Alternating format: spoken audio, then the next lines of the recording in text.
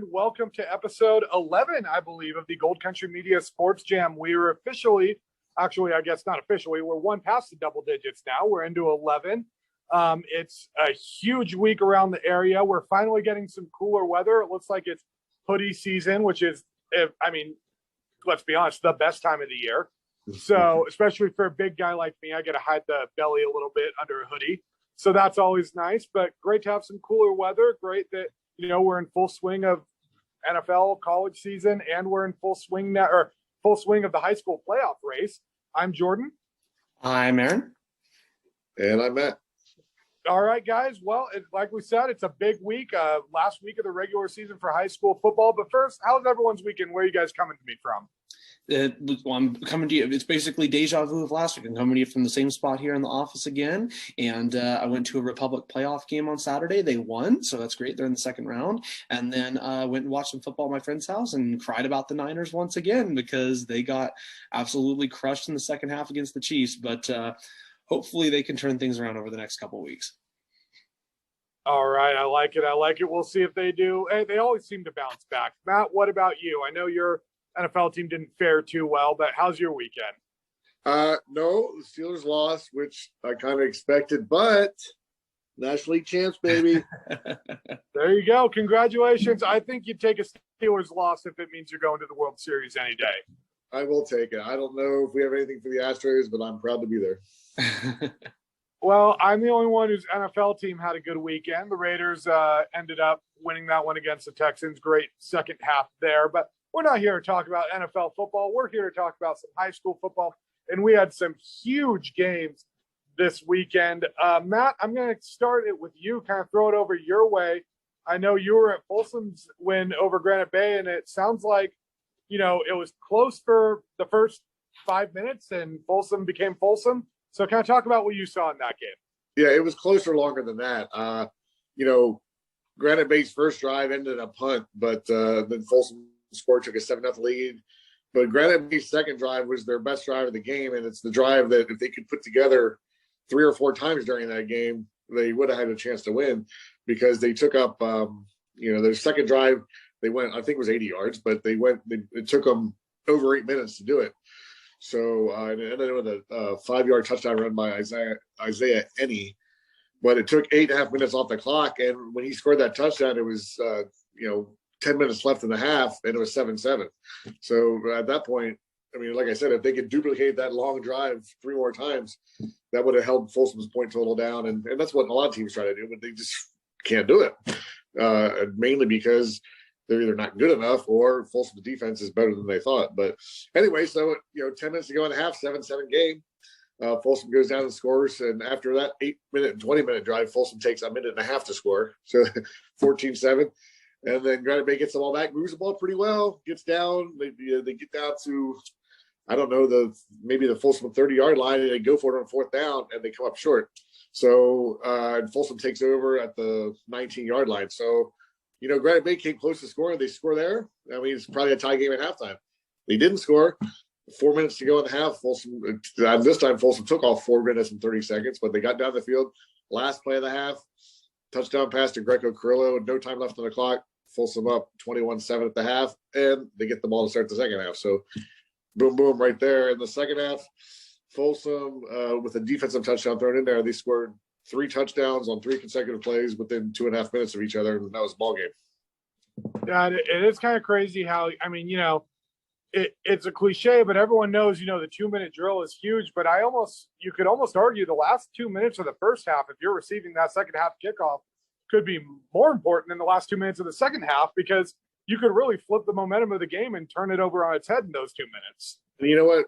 Literally, I've been here a long time. Folsom has been doing that for 10 years. I mean, they seem to always, when they get that ball in the second half, they seem to always score late in the second quarter almost every year. It's like they plan it that way. It's just crazy. All right, Aaron, I know you were covering one of Matt's teams this weekend, but you had a huge SFL game too. I mean, not that every SFL game isn't huge, but kind of talk about what you saw over in Rockland. Yeah, so if it's cool, before I get into that, I actually want to get into the game I was at on Thursday, which was the Lincoln Ponderosa game. It won't take me long, and that's because Lincoln made very quick business, as I predicted, of Ponderosa. They just dominated from the start. Ryan Henning just had an absolutely crazy game, 5-touchdown game, 248 yards on 19 carries. Mukai also played a really good game for Lincoln in the air. He was 8 of 13 for 147 yards and a touchdown. Peyton Raper continued his solid level of play defensively and continues to lead the Sac Joaquin section in tackles. He's 12th in the state.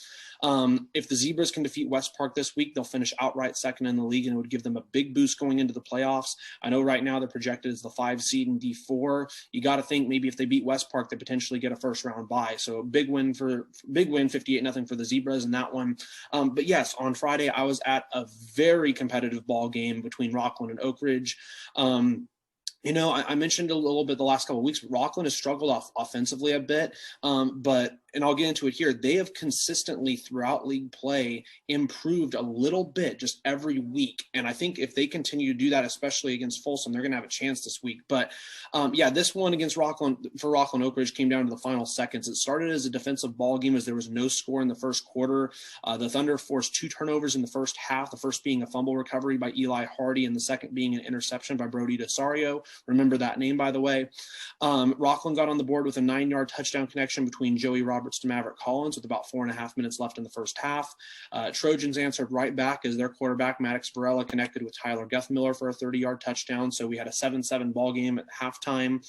Rockland actually had a chance to score at the end of the first half, but they had a couple of big 15-yard penalties that really pushed them back. And 7-7 at halftime. Oak Ridge went on a 7.5-minute drive in the third quarter that resulted in a 33-yard field goal by Carson Nichols. I honestly was thinking if they managed to score a touchdown there, that would have been, a big statement by Oak Ridge and would have been tough for Rockland to come back, but Rockland holds them to a field goal. Thunder answered back to start the fourth quarter with a 50-yard bomb from Roberts to DeSario, which made it a 14-10 ball game. Oak Ridge retook the lead with 4:32 to go as Jake Hall took it in from a yard out. He had a wonderful game, over 100 yards rushing. But after that, the Thunder were able to take it right back down. Mason Silva had a 24-yard run before he took it in from a yard out. So it's 21-17. 53 seconds left on the clock for Oak Ridge. They start from their own 20-yard line. They drive all the way down to the Rockland 13. And final play of the game, Varela rolls to his weak side to the left, puts up a good pass. I had a great view of it right next to it in near the left side of the end zone. And there's about 5 different hands from both teams, Rockland and Oak Ridge, on that ball. 50-50 ball, and it just falls incomplete to no avail. But very, very close game. Rockland pulls it out, keeps their league hopes alive, actually, if they're able to somehow, some way take down the Bulldogs on Thursday. Once again, like they did last season, they will be co-league champions. So very, very big win for the Thunder. Yeah, huge win. That 7-minute drive, the way you mentioned that, it's funny how it works in football. That can be, having a 7-minute drive against you on defense can be one of the most, I've played defense most of my football career. That can be one of the most demoralizing things to happen. But if that drive doesn't end in 6, it almost has the reverse effect, and it can be more demoralizing for the offense. You're like, I held the ball for 7 minutes and I only got 3 points out of it. Yeah, and you can look at it from a couple different perspectives because, there were definitely some penalties as well. I don't have the total in front of me, but I know Oak Ridge got some penalties in the second half. I think they finished 7 penalties for 47 yards in the second half, and there were a couple that came on that drive that hurt them. Obviously a touchdown would have been, a huge dagger. It's obviously 3 points is better than 0 or a turnover. You definitely got to think if you're going on a 7-minute drive, then you probably should be getting it in the end zone for sure.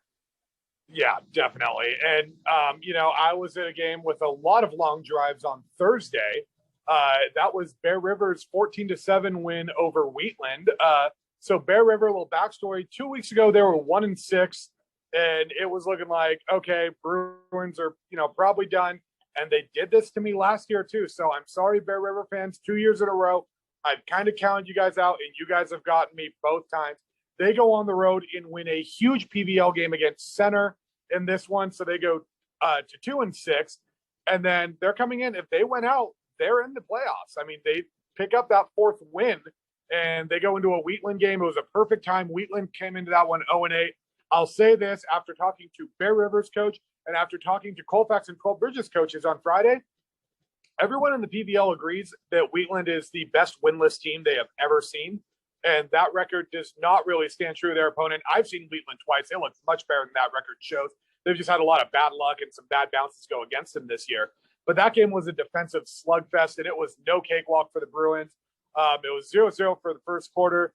The only points of the first half was on a 42-yard touchdown pass from Cole Stowers to Tyler Brennis. I mean, Brennis got wide open and then, did his job getting into the end zone. But it was one of those first halves where, neither offense could really move the ball. Wheatland's defense was incredible in this one.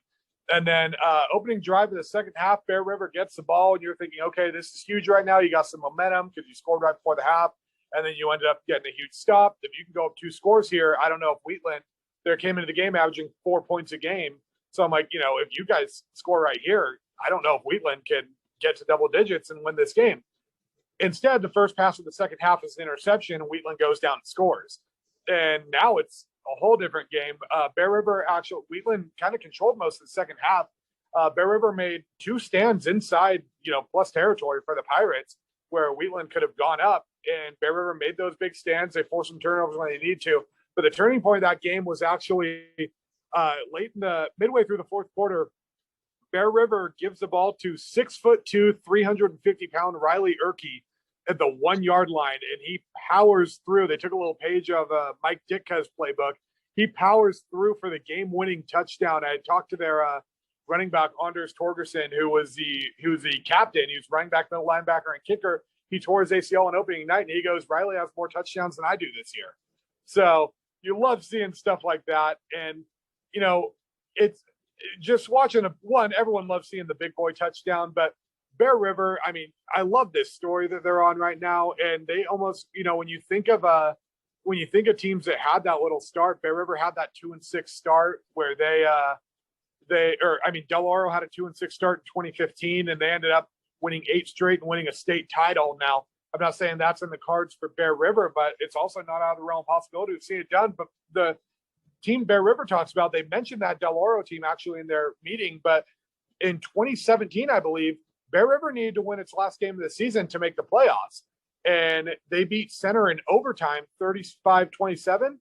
Bear River went on to winning the section title against Colfax that year and played in the NorCal Bowl. So it's not something that Bear River hasn't done before. And I mean, I'll preview the matchup they have coming up this week, but it's a big one. But Friday night, I was at Colfax Colfax 12 Bridges in Lincoln, and this one was all Colfax actually. The Falcons got a huge resurgence of Kenny Goal and Malachi Thompson back in their lineup. They've missed the last 2 games. That was huge. I mean, Colfax had scored 17 points in the 2 games they were gone. And Goal and Thompson accounted for 5 of the Falcons' 6 touchdowns in this one. So it turns out when your 2 best offensive players are injured, that's not ideal for moving the ball down the field. And Colfax learned that. But the big thing with this one is 12 Bridges defense had some struggles getting off the field, especially in the first half. 2 of Colfax's touchdowns came on 4th and short situations. I think it was a 4th and 2 and a 4th and 4. And it turned into a 16-yard touchdown run and I think like a 12-yard touchdown run. And then the other one was a long 3rd and goal for the Falcons where it was an 8-yard touchdown run. So, those kind of things, that really stands out right there because that's 21 points and you lose by 21. That's something you look at. But I think the real turning point in this game actually was late in the fourth quarter. 12 Bridges scored to make it 42-21. And the Rhinos recovered the onside kick and they were moving the ball down the field. And it looked like Colfax was on its heels. Defense was tired. It looked like they didn't really have, 12 Bridges might have had a chance to come back in the game. And all of a sudden, out of nowhere, Dillian Stallions makes his 2nd interception of the night to give the Colfax down there, or to take over. Colfax gets the ball at their 14-yard line, really just flip momentum. Even though 12 Bridges actually got the stop, the next drive, 12 Bridges gets it, and it's a 4th and 2 situation. It'll look like they picked up, I think, 3 or 4 yards. But as running back Crawford is going down, just a perfectly placed helmet forces a fumble. Blake Ashlock recovers for Colfax, takes it back like 22 yards around midfield, and 12 Bridges never got the ball back. It was just Falcons were able to run it out there and end up taking a knee. So a huge, huge defensive stand there for Colfax. And the moves, 12 Bridges had its quick hits. It had a 78-yard touchdown pass to Isaiah Rodriguez. Nathan Crawford had a 46-yard touchdown run, 56-yard touchdown run. So the Rhinos could strike quick, but the Falcon defense really delivered when it needed to. And that kind of, gets me to, like I mentioned, the some notable performances out there. Kenny Goal had 5 receptions, 63 yards, a touchdown. He also had a 38-yard touchdown run. Malachi Thompson had 97 of his 107 touchdown, or 97 of his 107 yards in the second half, excuse me. Some other notable ones: Luke Jeffers of Bear River, a sophomore. He had 9 tackles and 5 tackles for loss against Wheatland. He was everywhere in the backfield. Kaya Sia for Del Oro had an 11-yard, 65-yard, 31-yard touchdown run for Del Oro, all in the fourth quarter as they escaped kind of an upset scare from Whitney there. They beat them 42-30, but they were trailing going into the fourth in that one. The entire Placer backfield I'll give a shout-out to. Baylor Kelly had 106 yards, 2 touchdowns. Suggs had 92 yards, 3 touchdowns. And Costa Alexic led it with 131 yards. But my athlete of the week this week actually is going to go to Eden Chaw of Bear River, the freshman outside hitter. She leads the team in kills this season with 282. She's helped lead the Bruins to the 5th seed in the Division V volleyball playoffs. So shout out to Eden Chaw, athlete of the week over at Bear River. Matt, throwing it over to you. Who was your athlete of the week? Was there a performance that stood out to you? Well, I have several listed here, but I went with I don't have any stats for this week actually from her, but since she's joined Folsom's volleyball team after her 30-day sit-out, Addie Kannegesser has been just added a different dynamic to that team. That she's their best player. She plays middle. She's everywhere in the court. She can do it all. Her coach Devin Elmore raves about her, saying that she brings a high level of competitive play every day. She pushes herself to be the best version of herself. She truly wants to be great. She doesn't have a scholarship offer yet, but she's got schools looking at her, and she's just really helped just improve Folsom's team. And where are they? I think they're got the 7th seed in the 6th or 7th seed in the playoffs. So 6th seed. So anyways, that's who I'm going with. But other notables, and I didn't realize this until this morning actually, but Folsom lost to Oak Ridge last week in the final regular season game in volleyball. But Emily Child for Oak Ridge had 17 kills. I'd have to guess that's got to be her season high. She had a great game for Oak Ridge. Back on the football field, Aaron mentioned Jake Hall. He had 18 carries for 105 yards and a touchdown.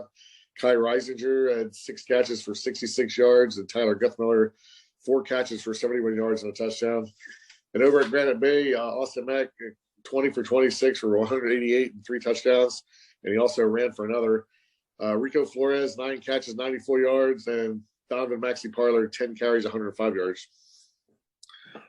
All right, I like it. Aaron, throwing it over to you. What was some performances that stood out to you?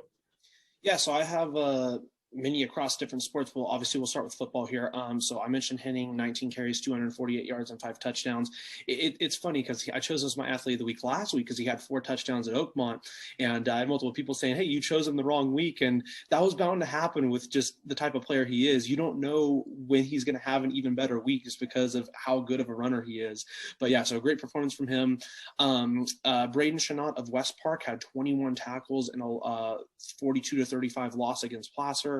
I mentioned Brody DeSario. He had the 50-yard touchdown, the interception for the Thunder. Joel Bradley for Roseville, 3 of 3 on extra points, 2 of 2 for field goals, including a game-winning field goal for the Tigers and a 33-31 win over Indercombe. He also had 4 receptions for 53 yards in the game.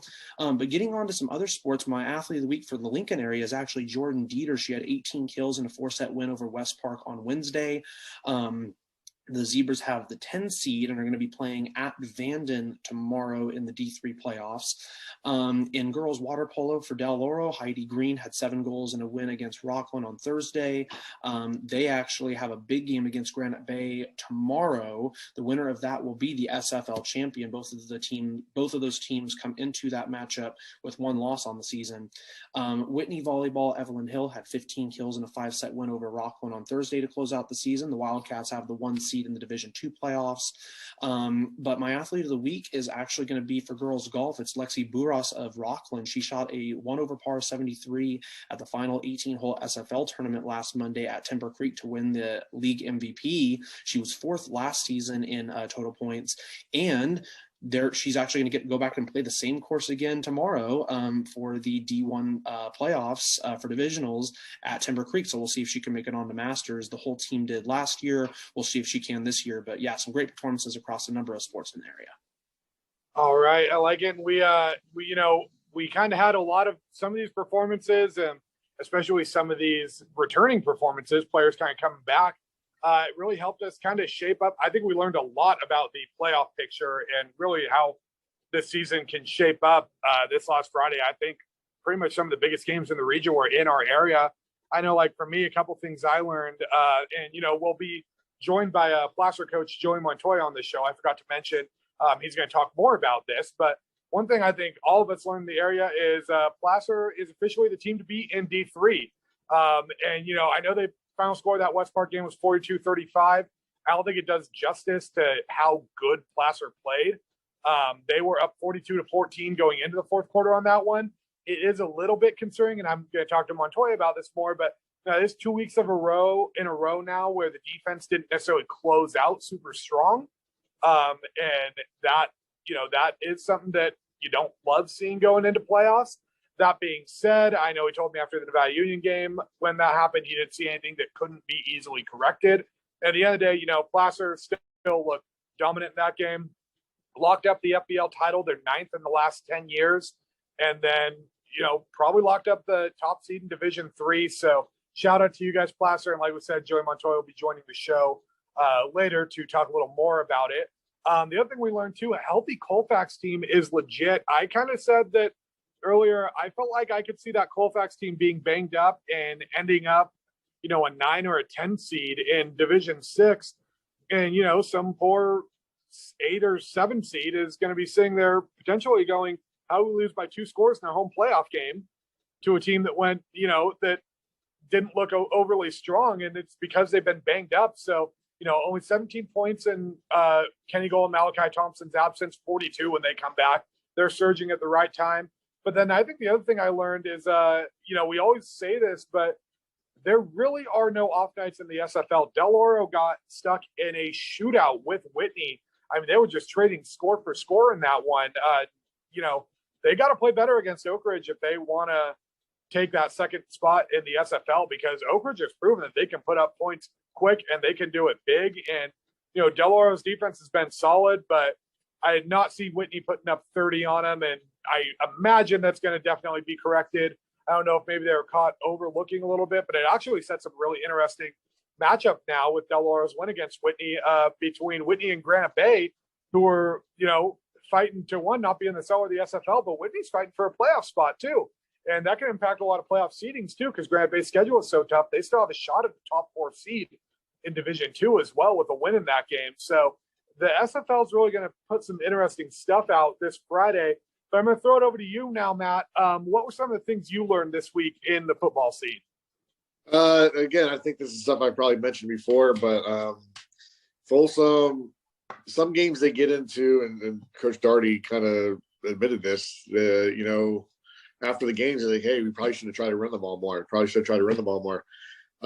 They are, predominantly a passing team, despite that. But, they had a couple big runs against Granite Bay, a 65-yard run by Donovan Maxey Parler and a 55-yard touchdown run by Greco Carrillo. So that's 2 carries for 120 yards. But so that obviously helped their total. But they probably had close to 200, I'm guessing, for the game. But, they're a better team when they run the ball. So I don't know if I put it under the category of what I learned, other than just saying that, when you can pass and run the ball in the same game, you're better than if you can just pass the ball. So I don't know, just pointing that out. And then Oak Ridge, again, I think I said this last week, they're banged up. They're thin in the secondary.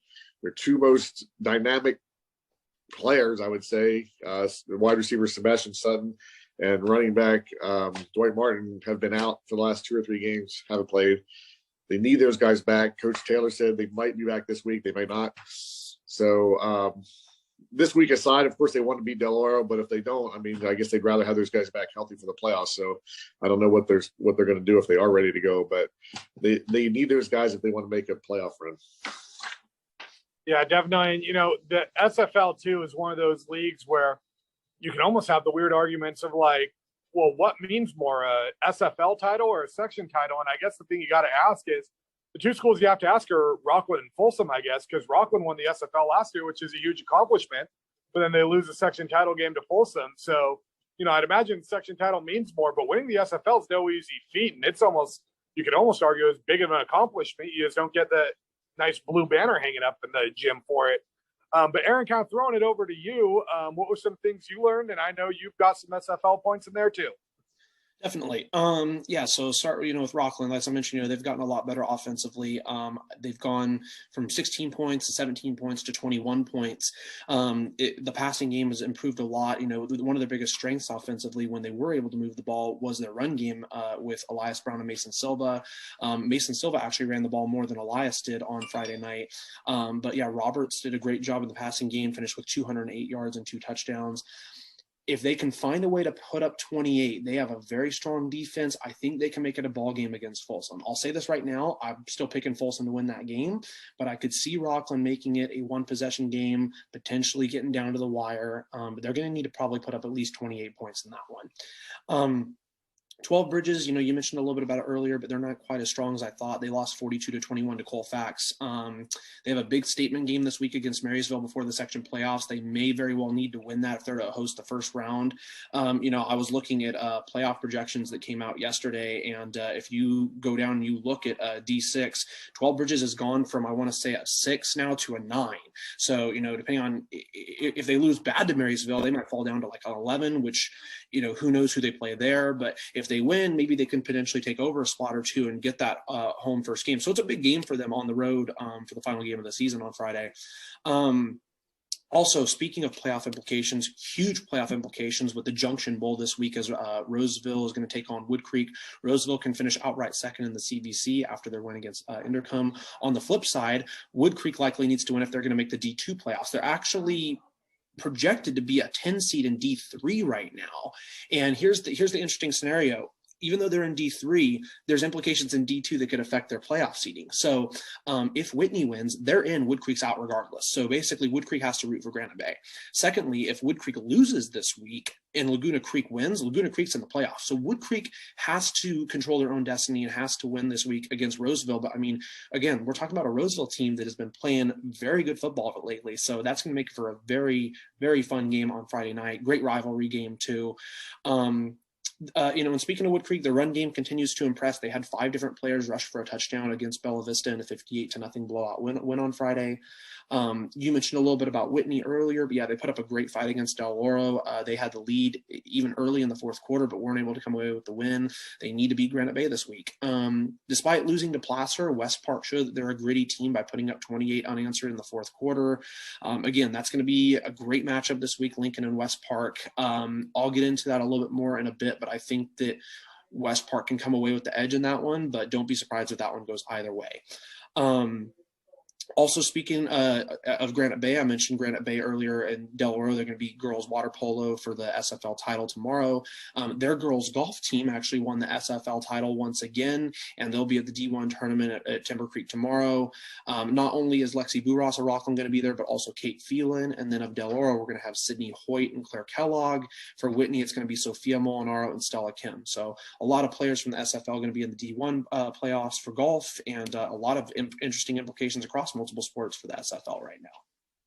Yeah, definitely. The SFL, it seems like it's like our little version of the SEC because somehow everything runs through it. And, kind of speaking of it, what was that? And Folsom's Alabama. Yes, they are. And, we've got a few challengers in it. I guess you could say, I don't know, who would be the Georgia in that? Del Oro or Rockland, probably? Probably Rockland, at least the last couple of years, yeah. Yeah, I guess Rockland gets it the last year. If you look at the last decade, DO or Granite Bay probably. But, hey, that's the point. That whole league is Oak Ridge too. That whole league is so loaded. Kind of, getting into this Friday night, Aaron, let's keep it with you. Where are you going to be this week? Yeah, so finally, I'm only going to have one game this week, and it's going to be, as I mentioned, a great one. It's going to be a battle for second, Lincoln and West Park. So Lincoln moves the ball well against subpar squads, as I mentioned last week, but struggles against more solid teams. West Park is definitely one of the better teams Lincoln will see. However, the Zebras have also done a great job of getting better in the passing game as of late, along with how Rockland's got better in the passing game. the Zebras, I don't know if they're going to be able to control DeVel's dual threat at quarterback, how he's able to run and pass the ball. However, they do have really good linebackers that can stop him. Sean Cotton's actually kind of rotated over to the defensive line. They still got Peyton Raper at linebacker. You've got Isaac Gomez, who's been playing well at DB. Gianni Faria actually played corner this last week and got a 95-yard pick six for Lincoln. So they definitely have players that can, make an impact and guard, players such as Ryan Sisson and put pressure on DeVel. But the Panthers are a very, very gritty team that, as I mentioned last week, plays with nothing to lose. It's going to be a battle. I'm going to go West Park 34-31. But again, this one can go either way. I think if Lincoln puts up a fight and does only lose by, within one score, I still think they can host a first round playoff game next week for D4. West Park probably isn't going to move up to the first seed now. They could even drop further if they lose to Lincoln, depending on how bad it is. But I expect it to be a close game, but I'm going to go with the Panthers. All right, Matt, over to you. I know you've got a big one down in your area with Vista and Christian Brothers kind of playing for the league title down there, but where are you going to be Friday night? Yeah, I got two big ones. Friday, I wish I could be two places at once because, as we all know, Oak Ridge hosts Delaware, which would be I expect that game to be a close game, so a fun game to watch. But yes, I'll be at Vista. They had a bye week last week, so everything's lined up for them to win this game. They had a bye week. They're rested. They're healed. They had 2 full weeks to prepare. Against Christian Brothers, both are undefeated, I believe, in league. So this is for the league championship. Last year, they had a game that went down to the final play, I think, 45-40 win for Vista. So that's going to be a great game. And then, the previous Thursday night, Rockland plays at Folsom, so I'll be at that game as well. And we all know that Rockland beat them last year very badly on their home field, and then Folsom avenged that at the section title game. So 2 big games. Back to that Oak Ridge game. If Oak Ridge wins that game and Folsom beats Rockland, all this talk about second place in the SFL, 3-way tie, Delaware, Rockland, Oak Ridge. So that's just something that, I just remember talking about that week 1, like who's going to finish second. Tie. I think that'd be the most fitting way for the SFL to end this year, actually, given all the hype that it's got. Because I really do think top to bottom, this is probably the best the SFL has ever been. And, so for me on Friday, I've got a couple of options. It looks like we've got 2 big ones in the Auburn area. So I guess I'll give you a little preview on both. First, I'll start with Delaware Oak Ridge, kind of like you said, Matt. Should be a close one. This one's a really fun one for me because as a Delaware alum that played for Casey Taylor at Delaware, I guess I just hope both teams have fun. I don't know. This one's going to be an awesome one. It's one of those you could really flip a coin. It can go either way. Both teams have shown, flashes of how good they can be this year. This has one of those makings of a classic right now, and one of those ones where, it could be a game where both teams play great and just someone's got to lose. Both teams have been battle tested all year. I'm going to give the edge just because they're slightly healthier to Del Oro in this one. I'm going to pick DO 24-20. But like I said, this is going to be one of those situations of, whoever makes that big play when they need to, whoever has the ball last, it's going to go right down to the wire. I don't see any way where either team in this one really runs away with it. I think it's pretty much going to go down to the final snap of the game. But I think the biggest one in the Auburn area this week is actually Colfax and Bear River. If you asked me 2 weeks ago how much this game would matter, I would have said it would matter for seeing what seed Colfax gets in the playoffs. And it still matters for that, but it also matters for Bear River. You kind of say, the old outage and rivalries is you throw the records out the window, but you can't really do that in this one because Bear River's 3-6, and that record really matters because if they pick up this win, it's the 4th win of the year, and Bear River has all this momentum right now. The Bruins are on top of the world. They've won 2 straight. They've won 2 gritty, hard-nosed, grinded-out wins, and they've looked impressive in the process. They forced, I think, 8 turnovers in those 2 games. So now all of a sudden sitting at 3-6, hosting a rivalry game against your biggest rival, it's a big one. And Colfax ended Bear River. It was a similar situation last year. Bear River actually came in with a weird spot in the PVL where with a win, they would have forced a 3-way tie for first place in the league and made the playoffs. And a loss meant that they were out of the playoffs altogether. And the actually the Falcons ended up winning that one. I think it was 14-0 or 14-7. It was a very close game, but Colfax ended up grinding one out. This one, though, with a healthy Colfax team, I think the Falcons are just, I think they're going to be too much to handle. I could see this being one of those games that's maybe close through the first half, and Colfax kind of runs away. I'm going to say Colfax 31-14, but the implications in this one are as big as they have ever been. And, kind of wrapping up our show, like I said, we got some big ones this week. It looks like we've got our league titles coming up. Next week we're recording. It's going to be Halloween. Maybe stay tuned for some wacky costumes. We don't know. But before we wrap this one up, does anyone have anything they want to add? Yeah, I do. I wanted to talk a little bit about certain playoff implications and, bracket projections right now and what could be some potential interesting games in the first round. First off, number one, right now, Roseville is projected to be an 8 seed playing the 9 Golden Valley at home. Of course, now that could change. We still got 1 week of football, but if they do manage to stay at the 8 or 9 and win the first game, they're going to have a rematch against Placer at Placer, and that's going to be one heck of a ball game. I know Roseville wants revenge in that one. That's going to be a close game, and that's probably going to be one of the better games in the area for week 2 of the playoffs. And then, like I said, for Wood Creek right now, they're projected as a 10 seed in D3. I don't know if they would move up to D2. If they do get the win, they might still stay down at D3, but they're likely going to be playing on the road. Lincoln Vanden is something that has been huge like the last year. Lincoln Vanden's playing in volleyball playoffs right now. They played in the section championship for girls basketball last year, and Lincoln lost that one.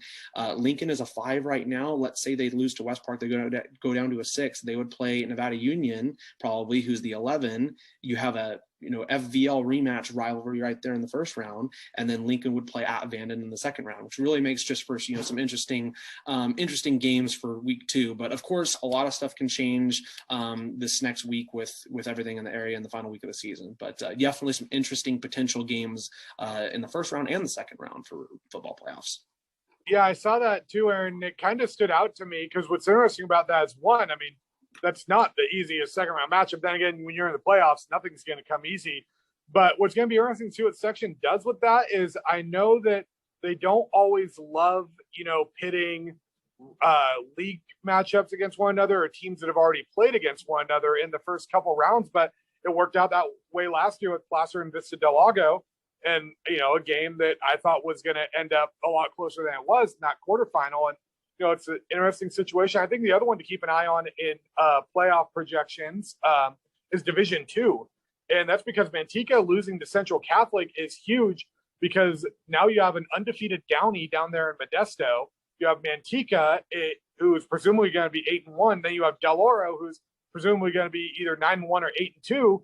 Who do you give the top seed to? And I ruffled a few feathers on social media over the weekend because I made the argument that I don't think, I think strength of schedule does matter in the sense of, Del Oro is not going to be outside the top 4, but I could still hear the argument that DO could get the top seed in D2, especially with a win, even with an 8-1 Manteca or a 10-0 Downey, because I don't think Downey or Manteca would go 9-1 or even 8-2 with Del Oro's schedule. And a lot of people down in the 209 region didn't like my take on that. And, that's fine. I'm sure if I lived down there, I wouldn't love that take either, but I do think it's worth noting. And when they make these seedings, when they make these matchups, at one, the section doesn't want to always pit, league teams against one another in the first 2 rounds of playoffs if they can avoid it. But 2, we're going to get some interesting matchups, and that home field advantage, it does matter, especially when we open it now up into section stuff where it's not league where you're traveling 30 minutes now. It's an hour and a half drive down to Stockton. It's an hour and a half drive down to Turlock or wherever you're going. These are, big road trips that these teams are making before very big games. Matt, I don't know if you've gotten a chance to check out any of the Max Preps playoff projections, but, is there anything that stood out to you? You know what? I have not. I don't even look at those things. I guess, at the end of the day, in fairness, Matt, projections are exactly that, projections. And last year, I remembered staring at all of them thinking, oh, this team can be in, this team can be in. And when the brackets came out, I was like, oh, they kind of whiffed on a few of those. So at the end of the day, you're going to get some right, you're going to get some wrong, but it's fun. It's fun to look at. Show me where I'm going. I don't need to try to guess who's going to play who. Show me where I'm going. Also, Jesuit lost to Elk Grove, so Elk Grove is going to be D1, Jesuit's going to be D2, which, once again, that could also make for some interesting matchups in the D2 playoffs too. Yeah, definitely. And the other one I saw that stood out to me is even at 5-4 and 0-4 in the SFL, Granite Bay is projected as a 5 seed in D2. I mean, it goes to show strength of schedule matters. But hey, we're all going to find out on Sunday when the brackets are released. And like I said, stay tuned next week because we're going to do a little different next week. One, maybe we'll be in costume, maybe we won't. You have to tune in to decide. We're going to preview some of these playoff matchups, preview the brackets, and talk some big playoff stuff. Maybe talk some volleyball semifinals too, because we got a lot of teams playing in that. But I think that's going to just about do it for this week's episode of the Sports Jam. Does anyone have anything else they want to add before we go? I'm good. I'm good. All right. Well, thank you guys for tuning in. I've been Jordan. I've been Aaron. And I'm Matt. All right. We'll see you next week.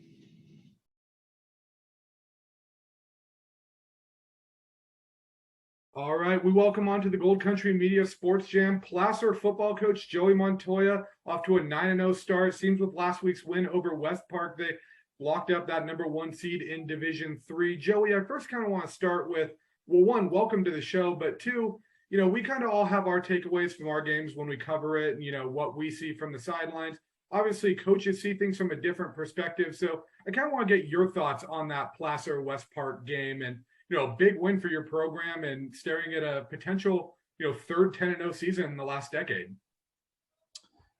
Yeah. No, I'm very, very proud of the way our players came to play. I thought we did a great job up front, really on both sides of the ball. I knew that we were going to have to, execute our running game and keep their offense, off the field with their dynamic athletes. And, our offensive line really came to play. And then you got the 3-headed running backs that, did a great job protecting football, blocking, running, faking, and Josh Craycraft executing, in the backfield as a quarterback and hitting big pass plays when necessary and when needed, and big touchdown pass there in the third quarter. And then players like Josh Maxwell all over the field, Isaiah Hanley, really on both sides of the ball, doing some really, really fun things. And so super proud of those guys. I thought they executed at a high level against a very, very good football team. And, we're lucky and feeling pretty excited to be in the spot that we're at. And yeah, you guys have been battle tested this year, and obviously how to win those close games, but that one wasn't really a close game for 3.5 quarters of it till West Park made that little surge at the end. Was there kind of like a key thing you tried to focus on into shutting them down, or was it just you guys were executing your game plan and that's how it was happening? We felt like that was our, for 42 of the 48 minutes, that was our best game of the year so far, and hats off to them for making a late surge and making it, the score closer than it was. But we had a game plan.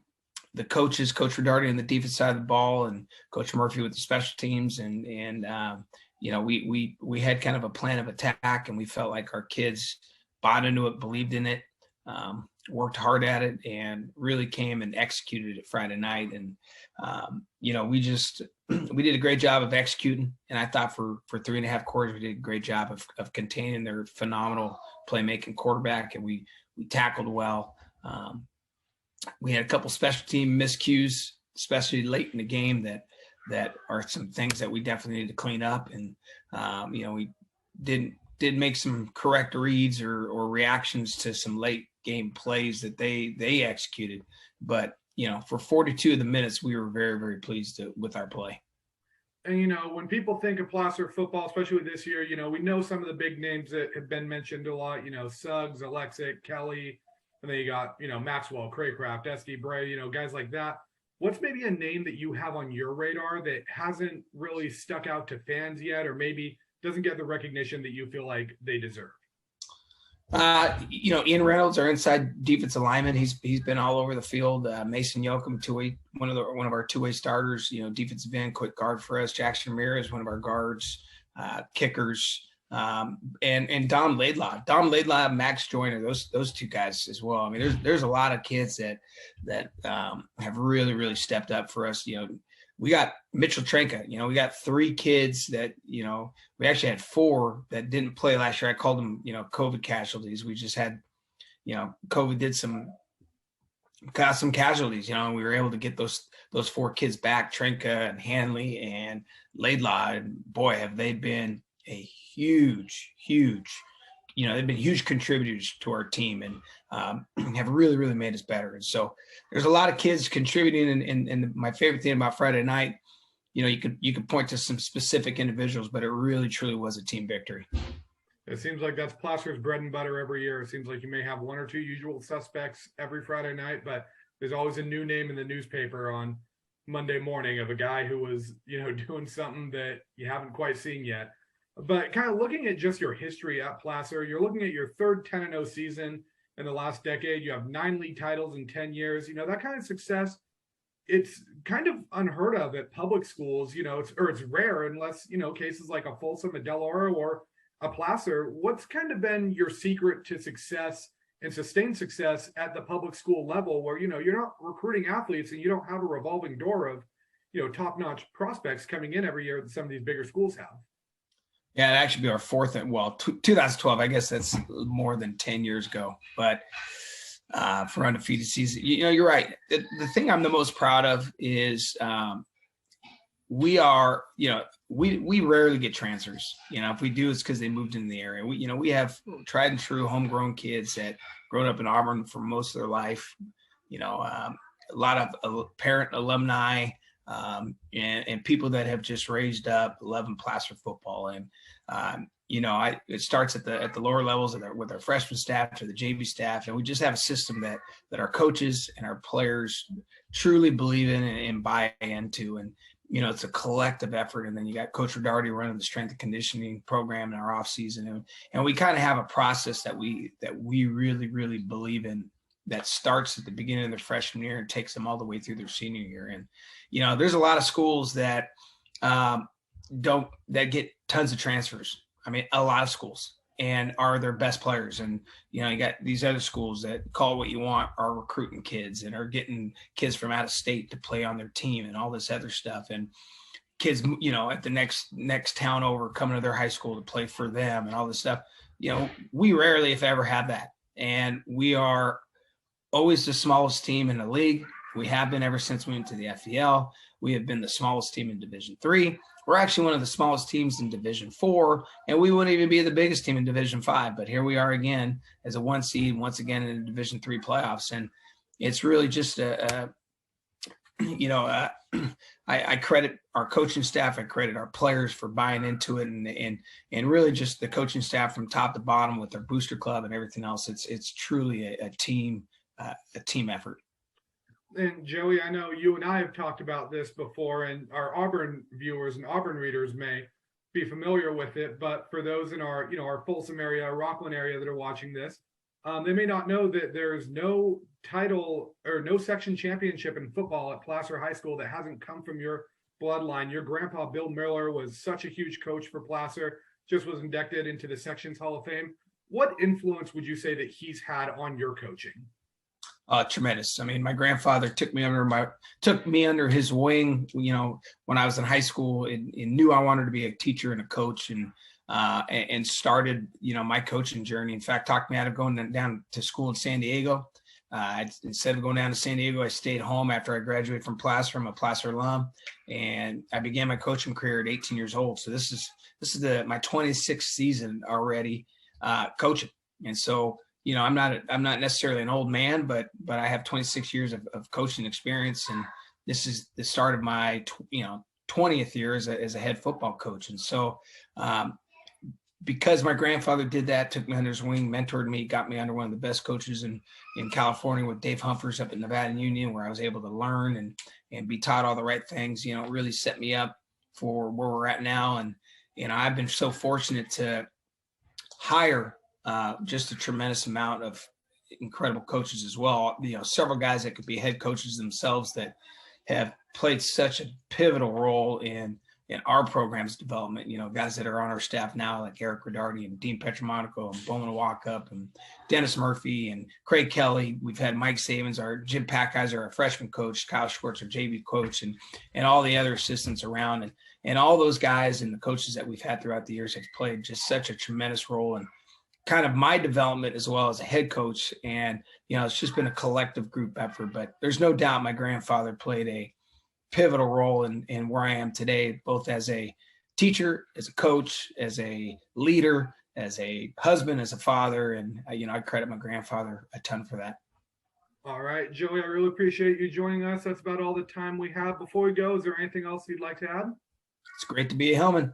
All right, great to be Hillman. Hopefully we see a blue banner coming into Earl Crabb Gym this winter. Thank you very much for joining us and here on the Jam, and look forward to having you again. All right, thank you. Thank you.